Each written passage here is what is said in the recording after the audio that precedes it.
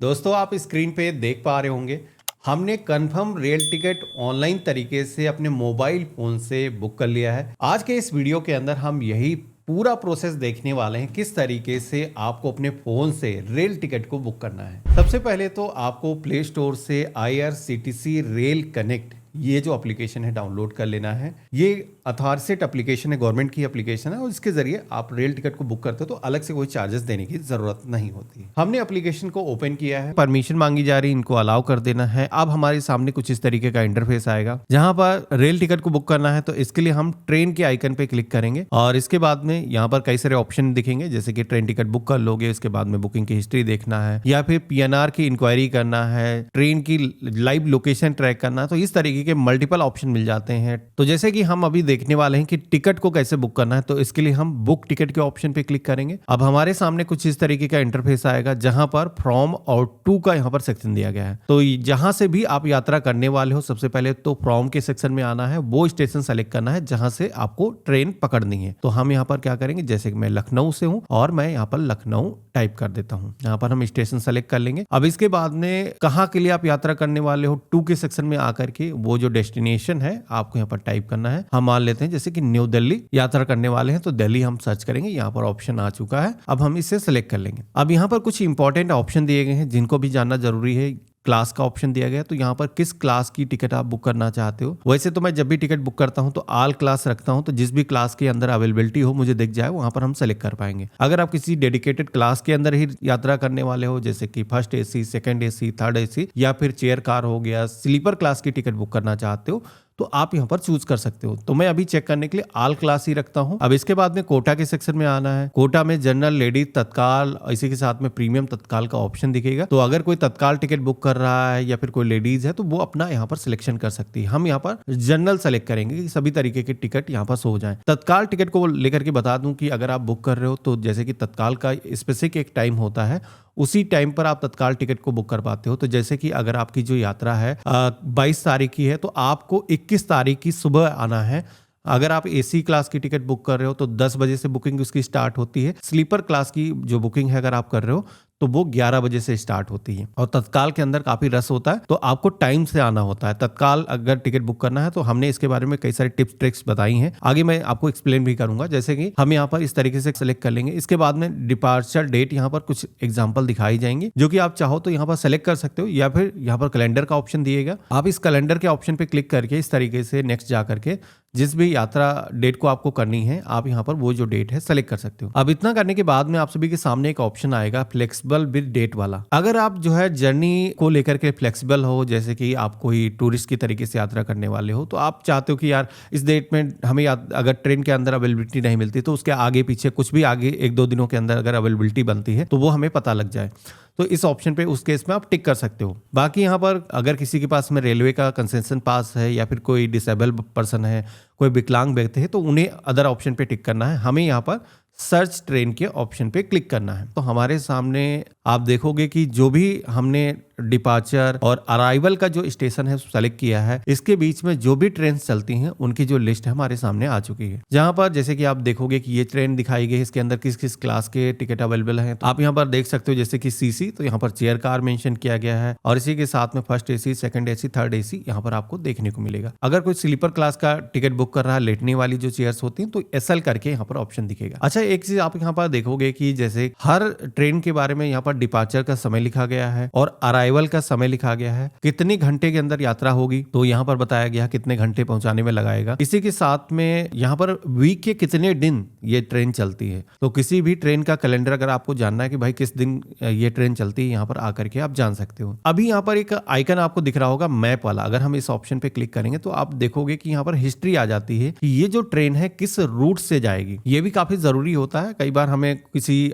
Other station के बारे में भी जानना होता है तो यहाँ पर रूट भी आप उसका जान सकते हो कि ये जो ट्रेन है किधर से जाएगी। अब यहाँ पर आप सभी को टिकट के बारे में जानना है तो मैं दिखाता हूँ, जैसे कि थर्ड AC है, इसके अंदर क्या अवेलेबिलिटी है। इसी के साथ में जिन भी कैटेगरी के अंदर टिकट की अवेलेबिलिटी होगी आप यहाँ पर देख सकते हो। तो यहाँ पर आपको सबसे पहले तो सुनिश्चित करना है कि किस टाइम पर यात्रा करनी है, उसके अकॉर्डिंग आप यहाँ पर ट्रेन को सेलेक्ट कर लोगे। अब जो भी ट्रेन के अंदर आप यात्रा करने वाले हो, यहाँ पर जैसे कि मैंने स्लीपर के ऑप्शन पे क्लिक किया है तो यहाँ पर आप देख सकते हो कि स्लीपर क्लास की अगर आप टिकट बुक करते हो तो कितना फेयर लगेगा। इसी के साथ में एसी क्लास की अगर आप टिकट बुक करते हो तो कितना पैसा लगेगा आप यहाँ पर जान सकते हो। ये एक टिकट की बात हो रही है। फेयर का जो ब्रेकअप है यहाँ पर कैलकुलेट होकर के आ जाएगा। अब यहाँ पर टिकट अगर हमें बुक करना है तो हमें पैसेंजर डिटेल के ऑप्शन पे क्लिक करना है। लेकिन आप देखोगे कि अब हमारे सामने लॉगिन करने का जो पेज है वो यहाँ पर आया है। तो यहाँ पर टिकट को बुक करने से पहले आप सभी को इस एप्लीकेशन के अंदर लॉगिन करना है। तो इसके लिए करना क्या है, अगर आपके पास में IRCTC की यूजर आईडी है तो यहाँ पर डायरेक्टली आप इंटर करके यूजर आईडी पासवर्ड दर्ज करके लॉगिन कर सकते हो। अगर आपके पास में नहीं है तो रजिस्टर यूजर का ऑप्शन दिया गया है, जिसपे अगर आप क्लिक करोगे तो यहाँ पर रेलवे की जो एक आईडी है, अपना नाम, email ID, mobile number inter करके आप यहाँ पर एक जो नई यूनिक आईडी है वो क्रिएट कर सकते हो। अगर आपको क्रिएट करना है, इसके बारे में हमने एक डिटेल वीडियो बनाया है। कई सारे लोगों को जो है पासवर्ड जब आप डालते हो तो आगे बढ़ने का ऑप्शन नहीं मिलता है, तो मैंने आई बटन पे दे रखा किस तरीके से आप अपनी जो आईडी है सही तरीके से क्रिएट कर सकते हो। मेरे पास में जैसे कि आईडी अवेलेबल है, हम यहाँ पर अपनी जो आईडी है दर्ज करेंगे और इसी के साथ में जो भी पासवर्ड है हमारा वो हम यहाँ पर दर्ज करेंगे। और इसके बाद में एक कैप्चा कोड ये दिखेगा। ये जो कैप्चा कोड है जैसा है सेम वैसे ही आपको दर्ज करना है और इसके बाद में आपको लॉगिन के ऑप्शन पे क्लिक करना है। अब जैसे हमने लॉगिन किया है तो पहली बार अगर आप आओगे तो यहाँ पर एक एप्लीकेशन का पिन सेट करने के लिए बोला जाएगा और ये जरूरी भी है। अगर तत्काल टिकट बुक करे तो ये काफी इंपॉर्टेंट होता है, क्योंकि बार बार आपको यूजर आईडी पासवर्ड इंटर करने की जरूरत ना हो। आप अपने फोन के अंदर बायोमेट्रिक ऑथेंटिकेशन करके फिंगरप्रिंट लगा करके भी लॉगिन कर सकते हो। तो हम यहाँ पर सबसे पहले तो अपना जो पिन है वो सेट कर लेंगे। हम यहाँ पर इंटर कर देते हैं, 4 डिजिट का होना चाहिए और इसके बाद में बार बार यूजर आईडी पासवर्ड यहाँ पर नहीं मांगेगा। अब यहाँ पर जैसे कि मैंने दिखाया कि जिस भी डेट में आपको टिकट की अवेलेबिलिटी मिल जाती है, जैसे कि आप देखोगे कि अगर उस डेट के अंदर अवेलेबिलिटी नहीं मिलती तो आगे भी आप स्विच कर सकते हो अगर आपने फ्लेक्सिबल विद डेट सेलेक्ट कर रखा है। अब यहाँ पर टिकट अगर हमें बुक करना है तो हमें पैसेंजर डिटेल के ऑप्शन पे क्लिक करना है। यहाँ पर भी हम ओके की टाइप पे क्लिक करेंगे। अब यहाँ पर एक चीज नोटिस करोगे कि पहले से अगर आपने कोई पैसेंजर की डिटेल आपने ऐड करके रखी है तो वो यहाँ पर देखने को मिल जाएंगी। आप यहाँ पर डायरेक्टली सेलेक्ट कर सकते हो। इसके अलावा आप सभी को यहाँ पर सबसे पहले तो ऊपर का जो सेक्शन दिया गया है जहाँ पर जो भी ट्रेन आपने चूज करी है, क्या उसका डिपार्चर समय है, क्या अराइवल का समय होगा, किस क्लास की आप टिकट बुक कर रहे हो, वो यहाँ पर इंफॉर्मेशन रहेगी। बोर्डिंग स्टेशन यहाँ पर चूज करने का ऑप्शन दिखेगा। तो बोर्डिंग स्टेशन आप यहाँ पर अपने मर्जी के अकॉर्डिंग चेंज भी कर सकते हो। जैसे कि कई सारे लखनऊ के अंदर भी स्टेशन है, तो अगर आप आसपास के किसी दूसरे स्टेशन से बोर्डिंग करना चाहते हो तो आप यहाँ पर चेंज कर सकते हो। इसके बाद में सेलेक्ट पैसेंजर के सेक्शन में आना है। यहाँ पर आप सभी को अब वो जो पैसेंजर हैं जो यात्रा करने वाले हैं, आप हो सकते हैं, साथ में आपके परिवार के सदस्य हो सकते हैं, उनकी जो डिटेल है ऐड करना है। जिसमें कि पहली बार अगर आप आ रहे हो तो ऐड न्यू के ऑप्शन पे क्लिक करोगे। यहाँ पर पैसेंजर का नाम पूछा जाएगा, उनकी जो एज है यहाँ पर आपको दर्ज करना है। इसी के साथ में जो भी जेंडर है, नेशनलिटी और बर्थ प्रेफरेंस में यहाँ पर लोअर, मिडिल, अपर अपने अकॉर्डिंग बर्थ प्रेफरेंस अगर कोई चाहे तो चूज कर सकता है। अगर कोई सीनियर सिटीजन है तो जैसे कि लोअर बर्थ आप उनके लिए सेलेक्ट कर सकते हो। यहाँ पर ऐड न्यू के अलावा एक ऐड एग्जिस्टिंग का ऑप्शन मिलता है, जिसमें कि पहले से अगर आपने प्रोफाइल के अंदर सदस्यों को ऐड करके रखा है तो आप यहाँ से सेलेक्ट कर सकते हो। फिर उस केस में आपको टाइम नहीं लगता है। खास करके तत्काल अगर आप टिकट बुक करते हो तो उस केस में आप सभी लोग पहले से अगर पैसेंजर को ऐड करके रखते हो तो वहां पर सेलेक्ट करने का ऑप्शन मिल जाता है। तो ये सारी चीजें उस समय आपकी काफी समय बचाती हैं। अब इसके बाद में पेज में आपको नीचे की तरफ आना है। यहाँ पर ऑप्शन मिलेगा कंसीडर फॉर ऑटो अपग्रेडेशन। तो यहाँ पर इस ऑप्शन को इनेबल कर देना चाहिए। इससे होगा ये, अगर किसी का जो टिकट है वो वेटिंग के अंदर होता है और मान के चलो जैसे कि उस क्लास के अंदर टिकट अवेलेबिलिटी नहीं बनती है, लेकिन ऊपर के क्लास के अंदर जैसे कि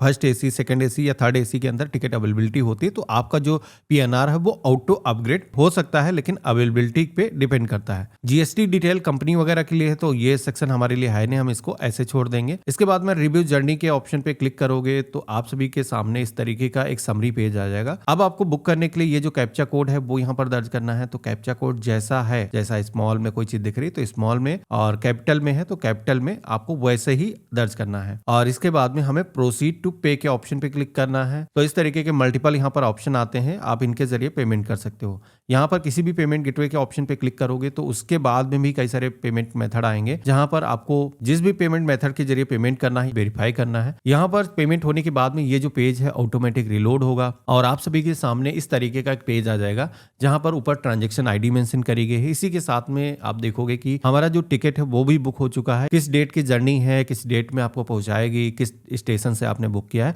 वो सारी इंफॉर्मेशन यहाँ पर दी गई है। तो इस तरीके से ये जो पैसेंजर की डिटेल है यहाँ पर हमेशा ही रहती है। आपको एक क्यूआर कोड मिलता है, इसके जरिए भी टीटी अगर आता है तो आप उसको शो करके स्कैन करा करके ऑथेंटिकेट कर सकते हो। बाकी यहाँ पर प्रिंट आउट का भी ऑप्शन मिलता है, हालांकि फिजिकल पेपर पर आज की डेट में प्रिंट करने की इसकी कोई खास जरूरत होती नहीं है। तो देखा आपने, ये रहा कंप्लीट प्रोसेस। इस तरीके से आप रेल टिकट कंफर्म तरीके से अपने मोबाइल फोन से बुक कर सकते हो।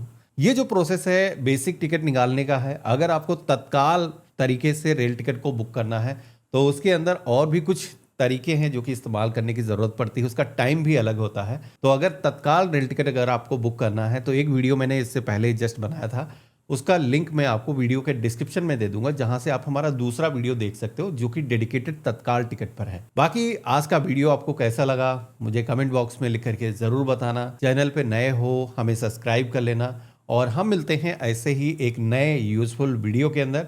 तब तक के लिए गुड बाय, जय हिंद।